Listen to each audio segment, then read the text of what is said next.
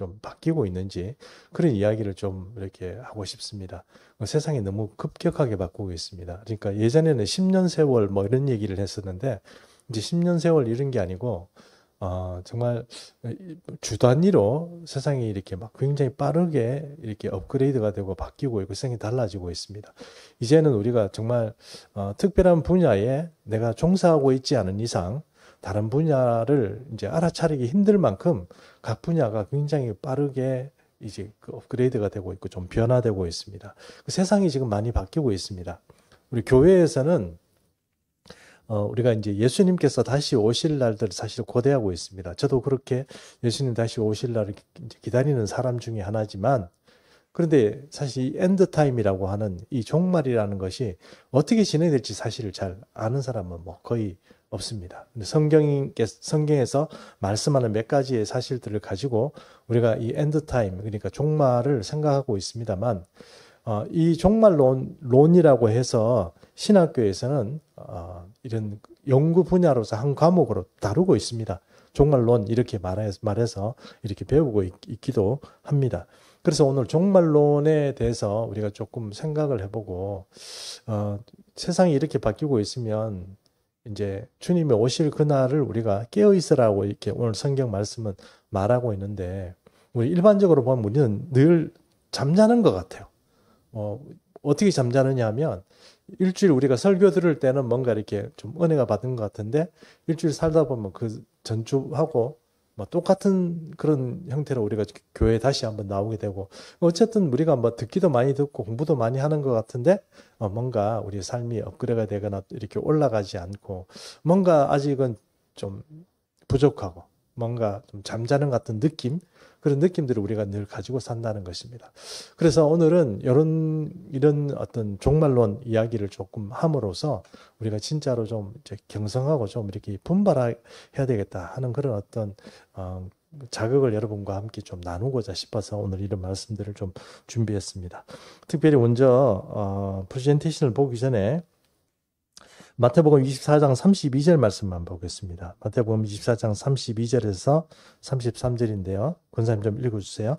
무화과 나무의 비유를 배우라. 그 가지가 연하여 지고 잎사귀를 내면 여름이 가까운 줄을 아나니, 이와 같이 너희도 이 모든 일을 보거든 인자가 가까이 곧 문 앞에 이른 줄 알라. 예수님께서 감람산에 앉아 계실 때 제 아들이 나와서 예수님께 물어봤습니다. 주님이 오실 때, 그러니까 세상의 끝과 주님이 오실 때 어떤 일이 있겠습니까? 이렇게 얘기하니까 주님이 여러 가지 말씀하셨어요. 뭐 지진도 많이 일어나고 무슨 재난 같은 것들이 많이 일어난다. 그리고 또 우리가 휴거라고 말하는 그런 부분이 또 그런 말씀도 좀 하십니다. 그러니까 천사들을 세계 만방에 보내서 주위에 백성들을 모을 것이다. 뭐 그런 말씀도 하시고, 또 그 다음에 이제 그러므로 너희가 무화과나무의 비유를 배우라 했는데, 무화과나무의 비유가 무엇입니까? 무화과나무가 뭐 어떤 비유가 뭐 따로 있다 이렇게 말하기는 좀 그렇지만, 이거 우리 개역개정 이 말씀으로 그대로 보면 이 말씀들이 조금 오해가 있을 수 있습니다만, 그냥 풀어서 얘기를 한다 그러면 무화과나무를 내가 비유적으로 말하는데 이런 뜻입니다. 그러니까 무화과나무가 특별한 어떤 비유의 어떤 그런 것들을 가지고 있다는 뜻이 아니고, 무화과나무를 그냥 내가 여기에 대놓고 이걸 비유로 말하는데, 이 무화과나무가 좀 잎이 연해지고 막 그러면 여름이 올 때가 됐잖아. 그것처럼 뭔가 세상의 어떤 현상들이, 내가 말하는 이런 현상들이 이렇게 나타나면 이게 세상의 끝이고 또 내가 메시아가 올 때가 되었구나 하고 그렇게 생각을 해라. 그렇게 알아라 하고 주님께서 말씀하시는 겁니다.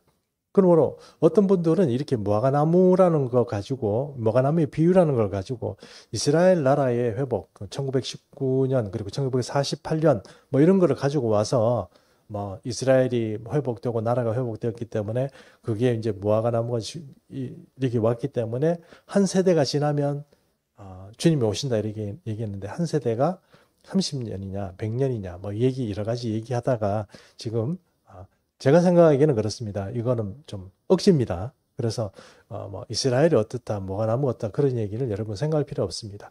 그러나 성경적으로 그대로 말씀드린다면 무화과나무의 비유를 배우라는 뜻은 무화과나무가 잎이 연약해지는, 그건 사람들이 다 아는 거죠. 이스라엘 사람들이 다 아는 겁니다. 그것처럼 잎이 연약해지는 것처럼 어떤 현상이 나타나면 이거 주님 오실 때가 다 됐구나, 그렇게 생각하고 깨어나라, 이런 뜻으로 우리가 이해하면 될 것 같습니다. 또 성경 말씀 한 군데 한번 보겠습니다. 누가복음 12장 54절에서 56절인데요. 이것도 한번 권사님 좀 읽어주시기 바랍니다. 또 무리에게 이르시되 너희가 구름이 서쪽으로 이는 것을 보면 곧 말하기를 소나기가 오리라 하나니 과연 그러하고 남풍이 부는 것을 보면 말하기를 심히 더우리라 하나니 과연 그러하니라. 외식하는 자여 너희가 천지의 기상은 분간할 줄 알면서 어찌 이 시대는 분간하지 못하느냐. 예, 이스라엘 땅이 조금 독특하게 생겼습니다. 그래서 지중해에서 이제 뭔가 구름이 일어나면 비가 많이 오겠네, 이렇게 생각을 하고, 또 저 남쪽에는 이게 사막 기후거든요. 사막 기후고 이제 사막이 있습니다. 유대 사막도 있고 그 밑에 내려가면은 뭐 이집트까지 가면은 뭐 사막이 많이 있지 않습니까? 거기서 어떤 바람이 불어오면 어떻습니까? 뜨겁겠죠. 덥지 않겠습니까? 그러면 그런 바람이 불고 또 구름이 있는 것을 보면 사람들은 어떻게 생각합니까? 이거 일기가 어떻게 되겠구나, 날씨가 어떻게 되겠구나 예상한다는 거예요. 근데 세상의 마지막도 너희가 예상을 해야지. 외식하고 교만한 사람들은 어떻게 생각합니까? 그 사람들이 진짜 잠자는 거죠. 그 세상의 어떤 그 돌아가는 것들을 이제 모르게 된다는 거예요. 그러니까 너희는 그런 것들을 보면 마음을 좀 열고, 이제 세상에서 이제 끝이 있고 내가 메시아가 다시 도래하는구나 하고 생각해라 하고 말을 하는 겁니다. 그러므로 여러분, 종말론, 그리고 종말에 대한 어떤 이런 이야기 자체가 여러분이 생각하기에는 왜 자꾸 저런 얘기를 하나, 설교 시간에 좀 은혜되는 얘기를 하지, 이렇게 생각하면 여러분, 이것도 설교의 하나라고 저는 생각하고 오늘 좀 준비를 했습니다. 좀 독특한 설교이지만 여러분 뭐 이해하시고, 제가 이런 설교 이렇게 한 적은 주일날 없잖아요. 그러니까 좀 이해를 하시고 한번 봐주시기를 바랍니다. 자, 그러면 프레젠테이션을 좀 돌려주시겠어요?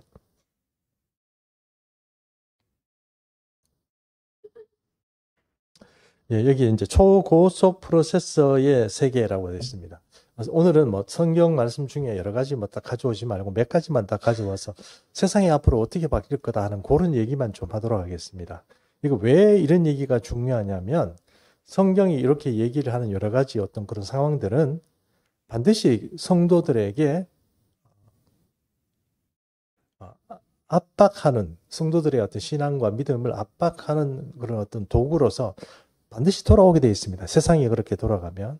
그래서 초고속 프로세서의 세계라고 하는 것은 어떤 거냐면, 프로세서라는 것이 여러분 뭐라고 해야 될까, 진행 속도 뭐 이런 거라고 얘기할 수 있겠죠. 그렇게 어떤 과정 자체가 굉장히 빨라지는 그런 어떤 겁니다. 그러면 예를 들어서 우리가 지금 이렇게 제가 이렇게 패드를 가지고 있거나 휴대폰을 가지고 있으면 그 안에는 연산 속도, 그러니까 처리 속도가 얼마나 빨라지느냐에 따라서 그 질이 달라지는 거죠. 옛날에 여러분 우리가 생각해 보십시오. 우리가 이동통신만 얘기하더라도 카폰이라는 게 있었습니다. 자동차에서 이렇게 막 쓰는 카폰이 있었거든요. 이만한 거 막 차 몰고 가면서 뭐 여보세요 이러면 사람 다 쳐다봤죠.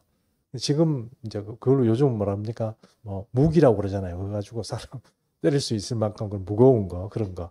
근데 요즘은 어떻습니까? 굉장히 놀라운 어떤 그런 디바이스들이, 장치들이 많이 발견되잖아요.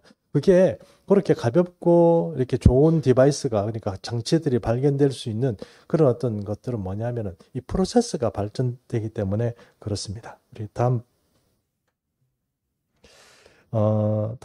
이 종말의 현상 중에 하나가 다니엘서 12장 4절에 보면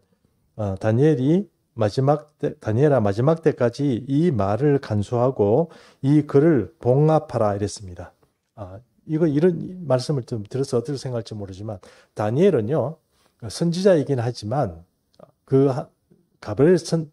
가브리엘 천사가 이 다니엘에게 가르쳤던 그 이야기를 다 이해하지 못했습니다. 일반적으로 선지자들은 하나님께서 그 종들에게 앞으로 어떤 일들이 벌어질 거라는 걸 충분히 얘기를 하고, 선지자들 일반적으로 이사야, 에레미야 이런 사람들은 어떻습니까? 하나님의 말씀을 다 알아듣죠. 알아듣고 뭐 이렇게 그 준비를 하고 뭐 이렇게 말씀을 통해서도 이렇게 기록을 남겨놓은 걸 보면 다 알아듣습니다. 근데 다니엘은 어떻습니까? 다 못 알아들어요. 왜냐면 너무 복잡하고 어려워서 그렇습니다. 그 종말의 일들을 다니엘은 다 이해하지 못했습니다. 근데 이 말을 봉합해라. 많은 사람이 빨리 왕래하며 지식이 다한다 그랬습니다. 많은 사람들이 굉장히 빨리 왔다 갔다 할 수 있고, 그리고 지식, 데이터, 뭐 처리 이런 것들이 이렇게 빨라진다, 이렇게 말할 수 있다는 것입니다. 그럼 그런 세계가 어떻게 진행이 되느냐? 다음 단계요. 현재 컴퓨터가 가지고 있는 한계가 있습니다. 컴퓨터는 뭐 작은 거든지 큰 거든지 가지고 있는 한계가 있는데, 어떤 게 한계가 있냐면 기후 예측을 잘 못한답니다. 그러니까 날씨가 2, 3일까지는 돼요. 2, 3일까지는 맞아요. 근데 그 이상 넘어가면 도저히 감당이 안 된다는 거죠. 감당이 된다면은 뭐 충분히 사람들이 뭐 어떤 재난이나 이런 것에 대해서 대비를 할 텐데, 재난 그대로 당하고 많은 사람들이 희생도 되고 재물도 손괴가 있죠. 그 왜 그렇습니까? 그것은 기후 예측하기가 힘든다는 거예요. 그래서 지금 현재 상태로 아무리 컴퓨터를 가지고 연산을 하더라도 2, 3일 넘는 건 좀 어렵답니다. 물론 어느 정도는 맞추지만 정확한 일기예보, 그것들은 좀 어렵다는 거예요. 지금 현재 가지고 있는 가용재산으로는 그렇다는 거예요. 두 번째, 금융위기 경고입니다. 금융위기가 뭐 어떤 형태로든 찾아오게 되는데 그것들을 계산해내기가 힘든다는 거예요. 어떤 때는 보면 금융위기가 쉽게 넘어가는데 어떤 경우에는 금융위기가 닥쳐서 굉장히 큰 어려운 일이 겪는다는 거죠. 근데 이것도 너무 좀 어렵다는 거예요. 지금 컴퓨터로는 계산해낼 수가 없다 하는 것입니다. 또 하나가 이제 스마트 팩토리라고 하는데, 스마트 팩토리라는 것은 공장인데 뭔가 이렇게 설계를 하는 거죠. 예를 들어서 지금 현대자동차가 스마트 팩토리가 되어 있죠. 로버트들이 혹은 그런 것들이 주입이 되고 사람이 별로 없는 그런 공장을 만들어 간다는, 이것도 설계도 굉장히 어렵답니다. 근데 지금 되고 있잖아요. 지금 되고 있습니다. 되고 있고, 그 다음에 또 하나가 뭐냐면 물류입니다. 물류. 그러니까 물류가 이런 거죠. 어떤 일이 생겼는데 거기에 사람들이 배고프니까 빵을 줘야 되는데, 이 빵을 이런 문제가 생기면 빵을 공급하는 그 빵 업체에서 이거 사람들이 몇 명이 모여서 일을 하니까 저는 배고프니까 빵을 몇 개를 여기에 가장 가까운 소매점에 보내야 된다, 이런 어떤 프로세스 있잖아요. 이게 굉장히 어렵답니다. 이것도 물류가 굉장히, 쿠팡 같은 경우에 우리가 지금 물류가 지금 뭐 하루 만에 오고 막 이렇게 되지 않습니까? 이거 우리가 생각한 것보다 굉장히 프로세스적으로, 그러니까 사람뿐만 아니고 이것을 처리하는 뒤에서 처리하는 어떤 연산 작업을 하는 여러 가지 PC 이런 것들이 굉장히 과부하가 걸릴 정도로 돌아가야 이게 지금 가능합니다. 그런데 이것도 지금 아직은 완벽하지 않고 우리가 쓸 만큼 그렇게 제대로 되지 않는다는 겁니다. 그러면 이거를 앞으로 그러면 어떻게 해야 되느냐? 다음 한번 보시죠. 지금 그 프로세서를 세계적으로 가장 잘 쓰는 데가 엔비디아라는 회사입니다. 젠슨 황이라는 사람이 지금 이 사람이 회장으로 있는데, 엔비디아라는 회사는 어떤 거냐? 지금 넘어가 보겠습니다. 우리 삼성밖에 모르지만 이 엔비디아라는 회사는 지금 이 칩을 지금 칩이 이게 지금 H100인지 H200인지 잘 모르겠는데, 우리가 CPU라는 거 있지 않습니까? CPU라는 컴퓨터에서 우리의 머리를 사람으로 얘기하면 뇌에 해당하는 겁니다. 그게 있어야 하겠죠. 머리가 좋은 사람은 빨리 뭔가 일을 하고 많은 것들을 암기를 할 텐데, 머리가 나쁜 사람들은 어떻습니까? 그게 잘 안 되는 거잖아요.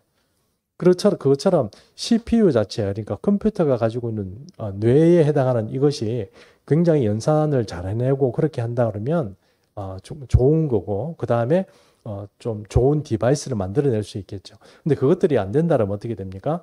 조금 이제 떨어지는 거죠. 그럼 반도체 때문에 지금 전 세계가 지금 전쟁을 하고 있지 않습니까?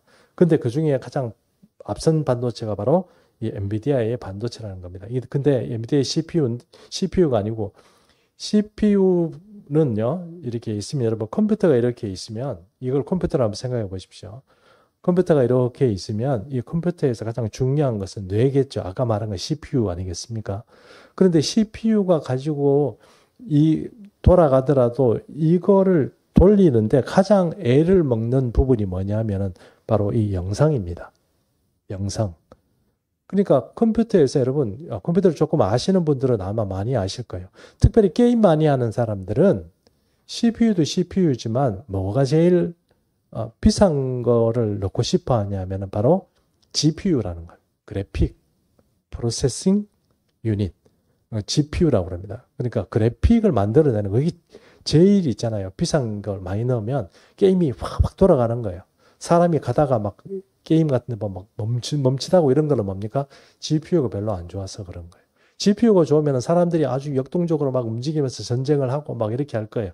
그러니까 GPU가 좋으면 그렇게 되는 겁니다. 엔비디아라는 회사는 어떤 회사냐면 CPU가 아니고 GPU를 만드는 회사예요. GPU를 가지고 CPU가 하던 계산을 GPU에서 만들어버리는 거예요. 그러니까 이게 굉장히 빨라진 거예요.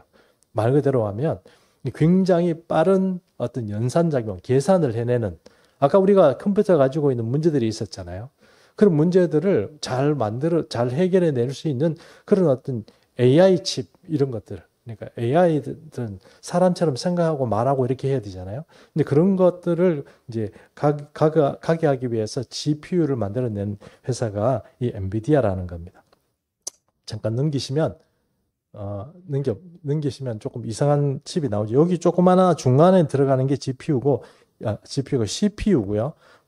이 본체 자체가 GPU라고 할 수 있습니다. 근데 이거를 막 연결해서 만드는데요. 자, 넘겨보겠습니다. 이게 뭐냐면은 이게 구글에서 만드는 양자 컴퓨터거든요.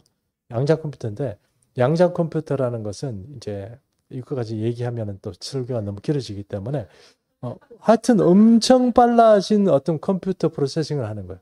AI가 여러분 우리가 생각하는 것보다 훨씬 더 어렵고 많은 연산작용이 필요합니다. 연산작용이라는 것은 계산을 해내는 능력이란 말이잖아요. 그죠?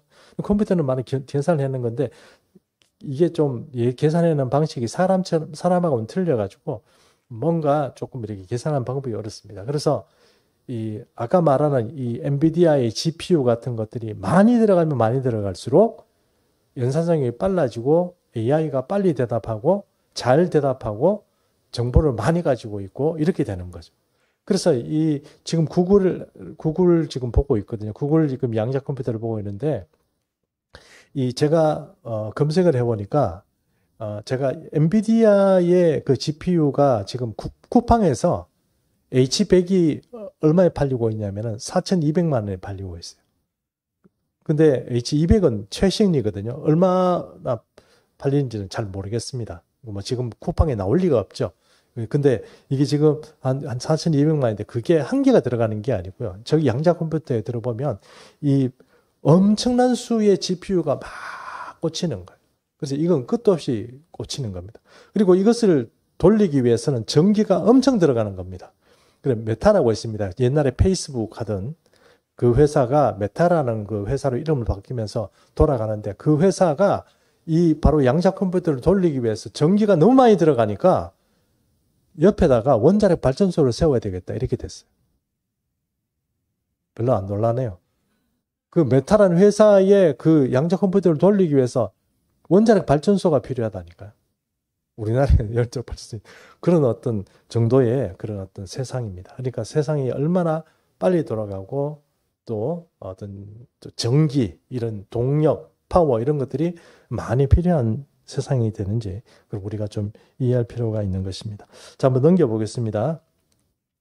AI 이렇게 돼 있는데 이 그림은 좋고 이미지는 좋은데 정말로 많은 힘과 또 많은 어떤 돈이 들어가는 그런 세상이 되었는데 결론적으로 얘기를 하면 세상이 이렇게 많이 돈이 들어가고 투자가 되고 이렇게 해서 다니엘이 말한 것처럼 사람이 빨리 왕래하고 또 정보가 굉장히 급격하게 축적이 되고 프로세싱이 돌아가게 되는 그런 어떤 세상이 되었다 하는 것입니다. 자, 그거 되면 그 다음에 한번 넘어가 보겠습니다. 초거대 감시사회가 시작됩니다. 초거대 감시사회 시작된다는 건 어떤 얘기냐면 프로세싱이 빨리 되면 그거 가지고 뭐 하겠어요? 우리에게 뭐 계속 좋은 정보만 주는 걸로 하겠어요? 아니요. 이것이 수많은 그래픽이나 영상이나 이런 것들을 처리할 수 있는 능력이 컴퓨터가 생기는 거예요. 누가 그것을 붙잡기만 하면 이제 문제가 좀 심각해지는 거죠. 그래서 이제 감시 사회가 시작된다는 겁니다. 성경 말씀 한번 보겠습니다. 계시록 13장 1절입니다. 우리 같이 보이시죠? 한번 같이 읽겠습니다. 시작. 내가 보니 바다에서 한 짐승이 나오는데 뿔이 열이요 머리가 7이라. 그 뿔에는 10왕관이 있고 그 머리들에는 신성 모독하는 이름들이 있더라. 여기에 보면 신성모독하는 이름이 있다는 것은 저는 신성모독하는 이름이 결국은 어떤 거냐면 종교적인 뜻입니다. 그러니까 누가 권력을 잡는지는 잘 모르겠지만 그러니까 성경은 그 사람을 적그리스도라고 얘기하잖아요. 그 적그리스도가 이 권력을 잡게 되면 신성모독, 그러니까 하나님을 모독하고 하나님을 대적하는 형태의 어떤 일들을 하게 된다는 거예요. 근데 그게 바다에서 올라온 짐승이라는 건데 바다에서 올라온 짐승이 뿔이 10이고 머리가 7이죠. 그렇죠? 그 머리에는 뭡니까? 그 뿔에는 10왕관이 있다는 얘기입니다. 그러니까 이 짐승은 어떤 형태냐면 이 지금 머리, 뿔 이렇게 얘기를 하는 거 보면 바로 이제 권력을 말하는 거거든요. 그러니까 세상의 권력을 말하는 거고 순회를 수계 혹은 이런 사람들을 말하는 겁니다. 그렇게 했다면 이게 어떤 짐승이냐면 10개의 어떤 왕들이 모여서 이룬 어떤 단체 이렇게 말할 수 있습니다. 이것이 저는 이렇게 우리가 옛날에 성경 공부하면서 항상 그런 얘기 이슬람이다 이렇게 아랍이다 이렇게 제가 말씀을 드렸잖아요. 그게 지금 꼭 그렇게 된다기보다는 지금 그런 형태로 지금 가게 된다는 겁니다. 그러면 이 사람들이 말하는 신성모독은 어떤 거냐면은 신성모독 이야기는 조금 이따가 제가 다시 한번 말씀드리겠습니다. 왜 이슬람이 어떤 그런 단체로서 이 세계에 등장하냐면 그 얘기를 조금 이따 하겠습니다. 자, 넘어가겠습니다. 이런 세계가 등장하면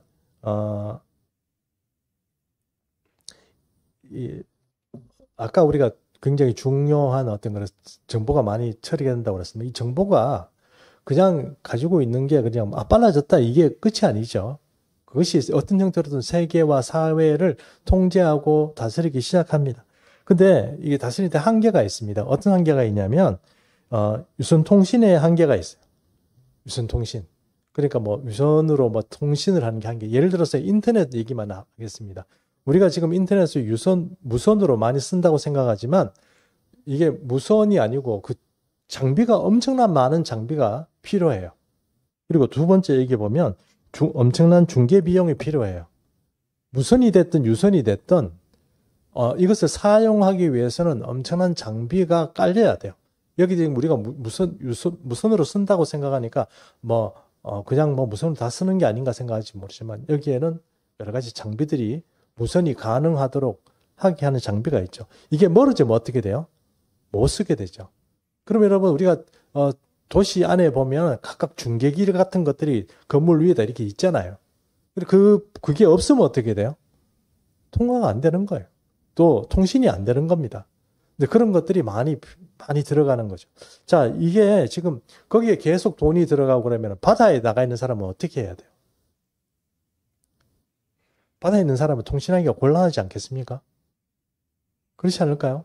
그래서 산에 깊이 이렇게 히말라야 이런 그런 어떤 산맥에 들어간 사람들은 어떻게 될까요? 좀 힘들겠죠. 그리고 우크라이나 전쟁 지금 우리가 합니다만 지금 우크라이나 전쟁은 러시아 전쟁하고 있습니다만 거기에 통신이 잘 안 된다면 통신기 만약에 중계기가 부서졌다 이렇게 되면은 군인들 간에 어떻게 통화를 하죠? 어떻게 정보를 주고받죠? 힘들잖아요. 이런 어떤 인터넷의 한계가 있습니다. 그러니까 뭔가 통제를 하고 이 많은 정보를 처리할 수 있는 능력이 생겼음에도 불구하고 이것들을 가지고 실질적으로 활용하는 데는 좀 어렵다는 거죠. 제가 왜 이런 얘기를 하냐면 여러분 생각해 보십시오. 저는 성경적으로 얘기할 때 짐승의 표에 대해서 오늘 얘기할 텐데 짐승의 표가 이 베리칩이나 이런 건 아니라고 생각했어요. 왜 아니라고 생각했냐면 성경적으로도 그런 이야기가 안 하고 있고 또 여러분 생각해 보십시오. 만약에 어떤 사람이 내가 무슨 거래를 하고 무슨 감시를 받는다는 사람이 있다고 쳐요. 내가 여기 있다가 아프리카로 도망가 버리면 어떻게 돼요? 아프리카는 중기기도 없고 아무것도 없어요. 아니면 내가 바다로 도망가면 어떻게 돼요? 못 찾겠죠. 거기는 중기기도 없고 바다로 이렇게 도망가면 어떻게 뭐 찾아낼 방법이 없어요. 그러니 666표가 컴퓨터표다 뭐 이렇게 얘기하는 것 자체는 어불성설이다 생각했어요. 그런데 여러분 세상이 어떻게 바뀌었냐면 이제 좀 우리가 생각하지 못한 상상하지 못할 방법으로 요 10년도 아니에요. 5, 6년 사이, 5년 정도 사이에 엄청 많이 바뀌었어요. 그래서 제가 생각을 달리하게 됐다는 거예요. 자, 그 다음에 넘어가 보겠습니다. 여기 보니까 스타링크라고 있죠. 스타링크입니다. 스타링크. 일론 머스크의 스타링크입니다. 이게 지금 지구가 있고 넘어가 보겠습니다. 이게 위성이죠. 위성이 뭔지 아시죠? 위성이 여러 가지 뭐 감시도 하고 통신도 이렇게 주관하고 이렇게 합니다. 근데 일반적으로 지금 일반적으로 예전에 올렸던 위성들은 좀 이렇게 지구에서 멀리 떨어져 있어요. 멀리 떨어져 있습니다. 그래서 궤도를 돕니다.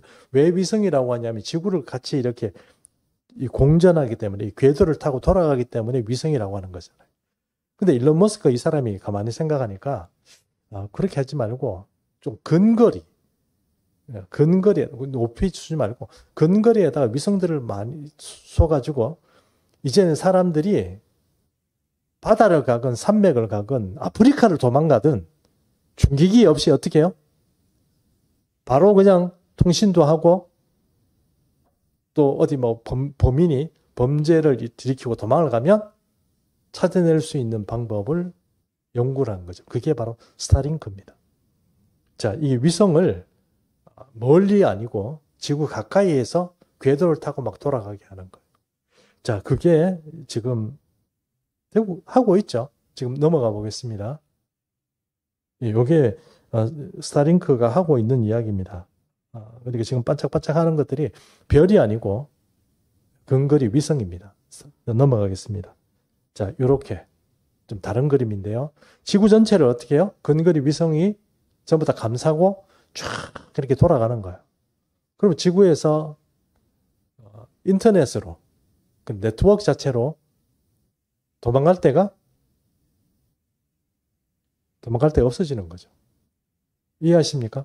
야, 통신 발달이 좋다 이 얘기가 아니고 우리가 믿는 사람으로 보면 이게 감시사회로 들어가게 되고 그때 우리가 여기서 이제 그 성경이 말하는 것처럼 예수 안 믿는 사람은 죽인다 이렇게 만약에 예를 들면 뭐 짐승의 표를 안 받은 사람은 죽인다 이렇게 얘기를 했으면 안 죽고 도망가면 되지 이렇게 그게 안 된다는 얘기예요.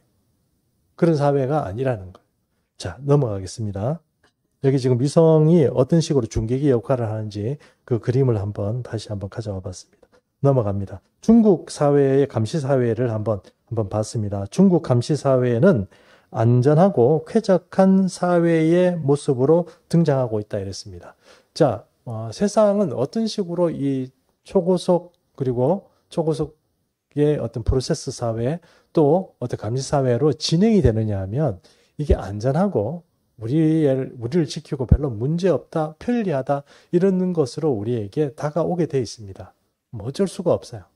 우리도 뭐 휴대폰 쓰고 통 쓰고 이렇게 막 하잖아요. 그것처럼 그렇게 다가오게 돼 있습니다. 근데 결국은 어떤 얘기냐면 앞으로 아까 우리가 성경의 말씀에서 말했던 그 짐승의 사회가 추구하는 어떤 것들은 사람들에게 결코 부정적이거나 또 적대적이지 않습니다. 오히려 문제를 일으키는 사람은 예수 믿는 사람이 문제를 일으킬 가능성이 많습니다. 잘 되고 있는데 별로 문제 없는데 너희들은 왜 그래? 이렇게 얘기할 수 있는 그런 사회가 가능해진다는 것입니다. 예를 들어서 중국에는요. 지금 여기 CCTV인 거 아시죠? CCTV가 모든 것을 감시하고 있잖아요. 예, 감시하고 있는 사회인데 중국 사람들은 여기 보니까 중국에서는 유괴는 일상적인 위험이자 만연한 비즈니스 수단입니다. 유괴를 그렇게 많이 한다는 거예요. 근데 유괴를 그렇게 많이 했었는데 지금은 어때요? 감시 카메라가 있으니까 CCTV가 많으니까 유괴범들을 많이 잡아낸다는 거죠. 그렇죠? 예, 그렇게 된다는 거예요. 그런 사회가 되었다는 겁니다. 그래서 코로나19 이후 세계적인 흐름이 된 감시 사회가 됐다는 거예요. 중국이 감시 사회화는 결코 남의 일이 아니다. 이렇게 지금 여기 IPTV인가 거기 나오는 어떤 것들을 지금 가져왔는데요. 이게 결국은 어떤 거냐면 중국이 감시 사회의 어떤 샘플입니다. 근데 이 샘플이 미국에 그대로 적용한다 그러면 미국 사람들도 가만히 안 있을 거예요. 근데 중국은 어떻습니까? 이게 많이 일어나죠. 코로나와 같은 질병이 많이 일어나죠. 그러면 이렇게 범죄에 많이 시달리는 그런 사회의 사람들은 어떤 생각을 하겠습니까? CCTV가 많이 있으면 좋겠다고 생각하죠. 근데 내가 뭔가 특별한 어떤 그 가치를 가지고 어떤 존재적인 어떤 생각을 가지고 살아가는 사람에겐 CCTV가 이런 것들이 좀 불편하겠죠. 특별히 우리 예수 믿는 사람들. 우리 교회도 CCTV가 있습니다. 근데 CCTV를 틀어놓으니까 사람들이 왔다 갈 때마다 띵동, 띵동 이러고 자꾸 문자가 와서 끊어와 버리거든요.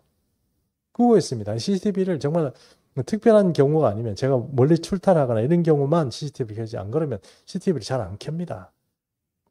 우리 교인들이 문제를 일으킬까요? 제가 우리 교인들 뭐 하나 이렇게 계속 감시하려고 그렇게 막 CCTV 켜놓고 막 계속 살피고 막 그렇게 해야 될까요? 할 필요가 없죠. 그러나 어떤 사람, 그러니까 정부의 어떤 초고대 사회에서는 그게 아니고 늘 문제점을 찾고 이렇게 하기 때문에 늘 우리를 감시하게 된다는 거예요. 늘 카메라가 우리를 감시하게 되는 그런 사회가 오는데 그걸 왜 사람들이 받아들이게 되냐? 전염병. 그 다음에 막 유괴나 이런 범죄 같은 거. 이런 것 때문에 우리가 받아들이게 된다 하는 것입니다. 그 다음 넘어가 보겠습니다. 이렇게 정보가 들어온 것은요, 디지털화돼요. 디지털화돼가지고 이렇게 간직이 된다는 거고. 자, 그 다음에 넘어가겠습니다. 시간이 별로 없기 때문에. 자, 육육 이야기를 이제 결국 이제 얘기를 좀 하겠습니다. 계시록 13장 16절인데요. 제가 한번 읽어보겠습니다. 그가 모든 자, 곧 작은 자나 큰 자, 부자나 가난한 자와 자유인이나 종들에게 그 오른손이나 이마에 표를 받게 한다. 그랬습니다. 자, 표를 받게 합니다. 표를 안 받으면 죽습니다. 죽인다고 그랬습니다. 자, 그러므로 우리는 예수 믿는 사람은 표를 받아야 됩니까? 받지 말아야 됩니까? 받지 말아야 되는 거죠. 근데 여기에 보니까 13장 17절 넘어가 보겠습니다. 또 읽어보겠습니다. 누구든지 이 표를 가진 자 외에는 매매를 못하게 하니 이 표는 곧 짐승의 이름이나 그 이름의 수다 이랬습니다. 그 다음에 18절 지혜가 여기 있으니 총명한 자는 그 짐승의 수를 세어보라. 그것은 사람의 수니 그의 수는 666이다. 이렇게 했습니다. 666이라는 짐승의 표가 있는데 그 표를 받으면 매매를 할 수 있고 일반적인 상거래가 가능하다는 거예요. 근데 그게 못 받게 되면 안 받으면 죽는다는 거예요. 자, 이거를 안 받으려고 노력을 한다 그러면 뭐 도망가거나 이렇게 하지만 아까 말씀드린 것처럼 그거는 불가능한 사회가 이제 도래하였다 하는 것입니다. 아까 스타링크 얘기를 했습니다만 스타링크가 얼마 전에 10차 10번째 로켓을 발사했습니다. 발사하고 나서 여기서 위성을요 8개를 그냥 쏴주는 거예요. 어떻게 쏴주냐면 로켓에서 퉁 하고 한 개 보내고 또 날아가다 또 퉁 이렇게 8개를 쐈어요. 그 로켓 쏘고 나서 8개를 그냥 위성을 바로바로 설치하는 거예요. 이게 조금만 더 발달되면요 이제 이거 처음 실험한 거거든요. 이게 뭐 수십 개씩 막 쏘겠죠. 그러면 이렇게 42,000개를 전 세계에 깐다는 거 아닙니까? 우주에다가 지금 3,000개 깔았다 그러거든요. 그 42,000개 깔면 여러분 이제 뭐 도망갈 데는 없습니다. 다 볼 수 있습니다. 자, 어쨌든 그런 사회가 오고 감시 사회의 목적 한번 보겠습니다. 자, 감시 사회의 목적입니다. 갔죠. 첫 번째는 개인의 생체 정보를 저장합니다. 감시 사회가 되면 내가 가지고 있는 생체 정보를 다 가지고 있습니다. 저 사람 아픈 사람이다, 아닌 사람이다 다 가지고 있습니다. 여러분 저는 요즘 최근에 깜짝 놀랄 일이 하나 있습니다. 그게 뭐 어떤 거냐면 이런 겁니다. 제가 지금 병원에 병원이라기보다는 그 정부에 뭡니까 뭐라고 돼 있죠? 이거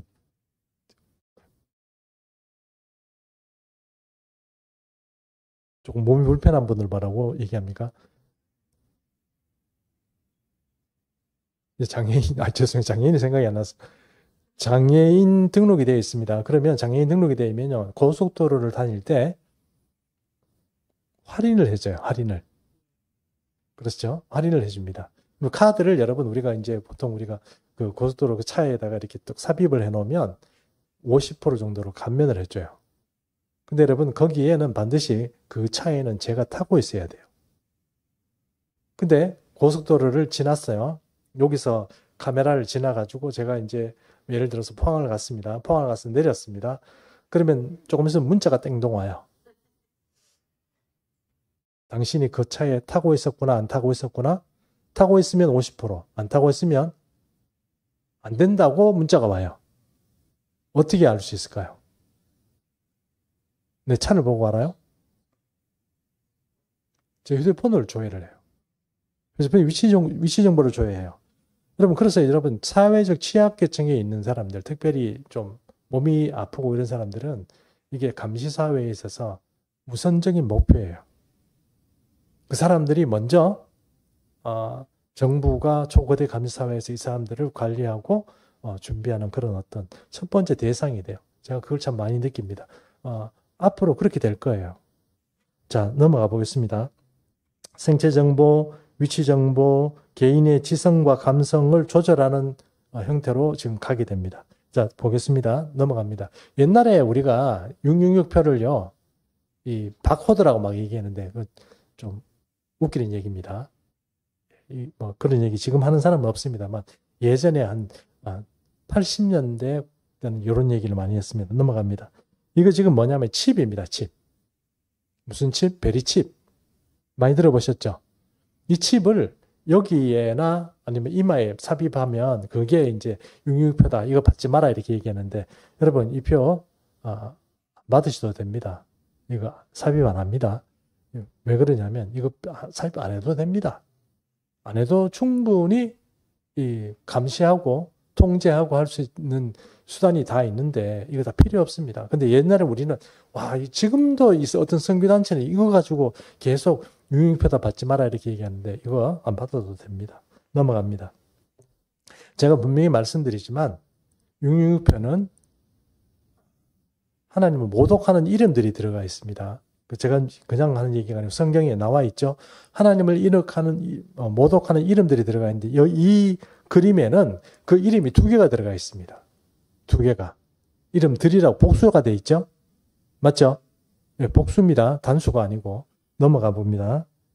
자, 이슬람 신앙 고백이 샤하다입니다. 리 일라하 라 알라. 이거는 뭐냐? 알라 외에는 뭐가 없어요? 알라가 신이고 이렇게 얘기를 해야 되잖아요. 이해하시죠? 근데 알라 외에는 신이 없다는 얘기는 이게 지금 누구를 공격하는 거예요? 하나님을 공격하는 거예요. 그 다음에 무함마드는 라술룰라. 무함마드는 그의 사도다. 이렇게 되어 있는 거예요. 자, 지금 요 그림, 아까 조금 전에 봤던 이스라엘, 사우디아라비아 이게 국기거든요. 국기에 지금 이상한 글자로 적혀 있는데 그 말이 말하면 라 일라 알라 알라 외에는 신이 없고 무함마드는 라술룰라라는 말이 여기 들어가 있는 거예요. 요 표가 앞으로 666표와 누가 만약에 이슬람 세계, 아랍 세계에서 정권을 잡으면 그 사람이 바로 이스라엘과 또 기독교 세계를 압박하는 그런 어떤 사람으로서 특별히 이 발달된 이 초거대 사회, 초감시 사회의 수단을 가지고 이제 등장하게 된다는 것을 우리가 좀 이해할 필요가 있다는 겁니다. 자, 넘어갑니다. 아까 제가 말씀드린 것처럼 칩 같은 거 꼭 받을 필요가 없다고 하는 거죠. 지금 우리가 휴대폰도 마찬가지고 눈으로 감지하죠. 또 얼굴 형태로 감지하죠. 뭐 지문으로 감지하죠. 뿐만 아니고 요즘 어떤 보면은 이 심장의 이 박동수 가지고도 감지를 여러 가지 조건들이 많이 생겼어요. 이 감시 수단, 그러니까 사람을 알아보고 인지해내는 그런 수단들은요. 여러분 우리가 말한 것은 옛날처럼 바코드를 어떻게 하고 그럴 필요가 없는 그런 사회가 됐어요. 자, 넘어갑니다. 넘어가면 지금 뭐가 나오죠? 휴대폰 나오죠? 예, 휴대폰. 예, 대답을 권사님 한 분밖에 안 하셔요. 자, 지금 애플 폰이 있고 지금 삼성에 이렇게 막 두 번 접는 그런 어떤 폰이 지금 나와 있습니다. 우리는 이 기술 가지고 많이 제기하지만 이 기술 휴대폰이 뭡니까? 사람을 감시하고 감지하고 모든 정보를 대적하는 휴대폰 보면 돼요. 그런 어떤 디바이스가 됐다는 것. 자, 워치도 있습니다. 워치, 시계. 이런 거 가지고 건강 관리도 하고 모든 걸 다 해요. 심장 박동수도 하고 여러 가지를 다 해요.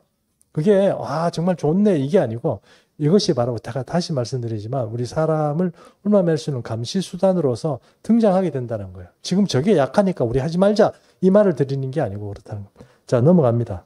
링이 나왔어요. 링이 뭐죠? 반지입니다. 반지. 근데 반지인데 여기 지금 왼쪽에 보면 애플 반지거든요. 애플 반지 안 나왔죠? 제가 알기는 안 나온 걸로 알고 있어요. 왜냐하면 이게 기술이 애플이 이 링을 못 만들었네. 그 오른쪽에 누굽니까? 삼성 갤럭시 링 만들었어요. 대단하죠? 삼성이 앞으로 계속 지금 유럽에서 삼성이요. 그 애플의 휴대폰의 그 판매고를 지금 뛰어넘었어요. 예, 별로 중요하지 않다고 생각하는데 우리나라 사람 대단합니다. 자, 그 다음에 이제 넘어갑니다. 자, 그런 아까 말한 것처럼 워치나 링이 있는데 뭐하러 굿해요? 그 사람에도 살을 째고 거기다가 막 넣고 막 그렇게 할 필요가 있냐는 거예요. 필요 없다는 겁니다. 다른 형태로 물론 이게 링으로 한다는 지금은 할 수도 있지만 링 외에 앞으로 어떤 수단이 강구될지 모르지만 우리가 생각하는 것처럼 여기다가 막 삽입하고 이런 형태가 아니고 다른 방법으로 그 표를 받게 된다는 것입니다. 그 표가 어떤 표인지는 우리가 아직은 잘 모르겠지만 자, 넘어갑니다. 이건 뭐냐면 뇌에다가 파킨슨 병이 걸린 사람은 뇌에다가 어떤 그 신부뇌 자극이라는 방법인데요. 수술을 해요. 그래가지고 뇌에다가 이렇게 신부에다가 이거를 뭐 심어요. 그럼 파킨슨 병은 이렇게 떨잖아요. 아시죠? 이렇게 막 떠는데 이 떠는 거를 조금 감소시켜줘요. 그리고 이 사람 파킨슨 병 있는 사람도 못 걷거든요. 못 걷는데 걸을 수 있도록 그렇게 뇌에다가 자극을 주는 거예요. 이게 지금 나온 지가 기술이 30년 정도 됐대요. 지금 실제로 이 기술은 사용되고 있습니다. 이해하시죠? 자, 넘어갑니다. 그 다음에 뇌전증 치료인데요. 이거는 또 이렇게 뇌에다가 이렇게 컴퓨터를 하나 이렇게 붙여가지고 이거를 가지고 이제 사람 뇌전증을 하는 거예요. 뇌전증 여러분 아시죠? 이렇게 거품 물고 이렇게 막 기절하는 거 있잖아요. 그거를 치료하는데 그게 막 신호가 오면 이게 어떤 또 전기적인 신호를 줘가지고 뇌전증이 발생하지 않도록 그렇게 하는 것 어떤 그 치료 방법이라 합니다. 이것도 지금 쓰고 있는 방법이라고 합니다. 자, 그 다음에 지금 우리가 좀 주목할 게 뭐냐면은 뉴럴링크입니다. 뉴럴링크. 뇌에 관해서 어떤 링크를 건다는 건데요. 이게 뉴럴링크가 바로 이것도 일론 머스크입니다. 일론 머스크가 지금 하고 있습니다. 넘어갑니다. 여기 어떤 사람이 왼쪽에 잘 보시면 이게 누구냐 하면은 이게 옵티머스거든요. 그러니까 뉴럴링크, 그러니까 일론 머스크가 만드는 로봇이 뭐냐면은 옵티머스라는 로봇이에요. 근데 이 오른쪽에 있는 사람은 뭔가 신체적으로 문제가 있는 사람이죠.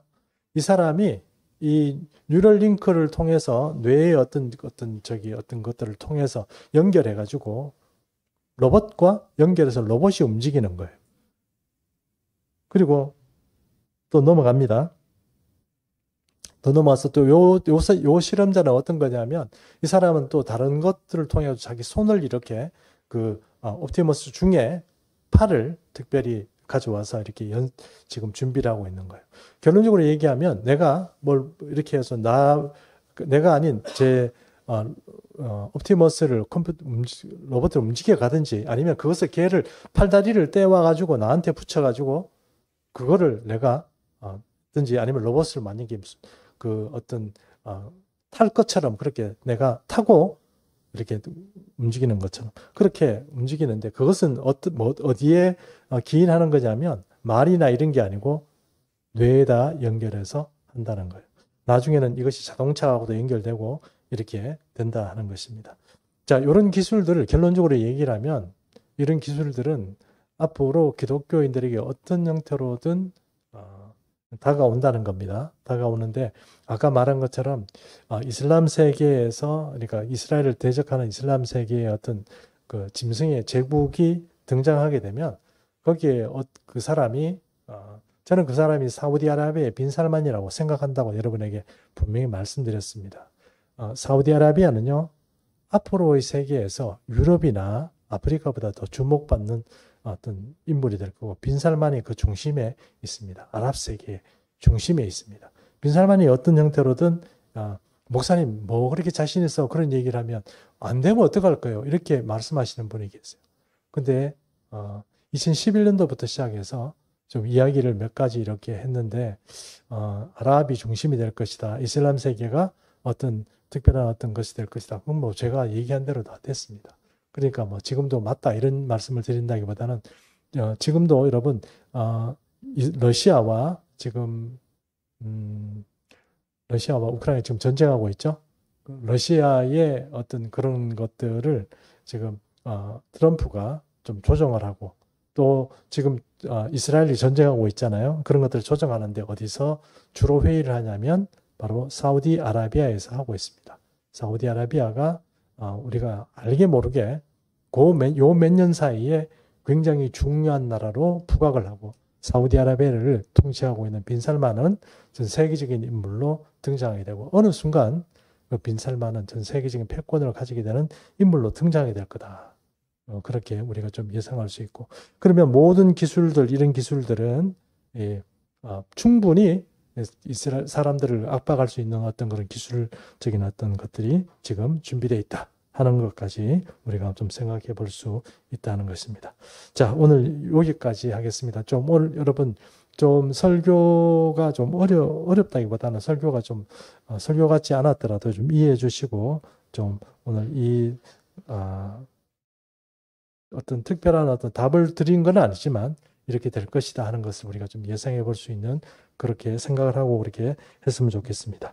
자, 이제 결단의 시간 가지도록 하겠습니다. 자, 찬송가를 우리 하나 부르겠습니다.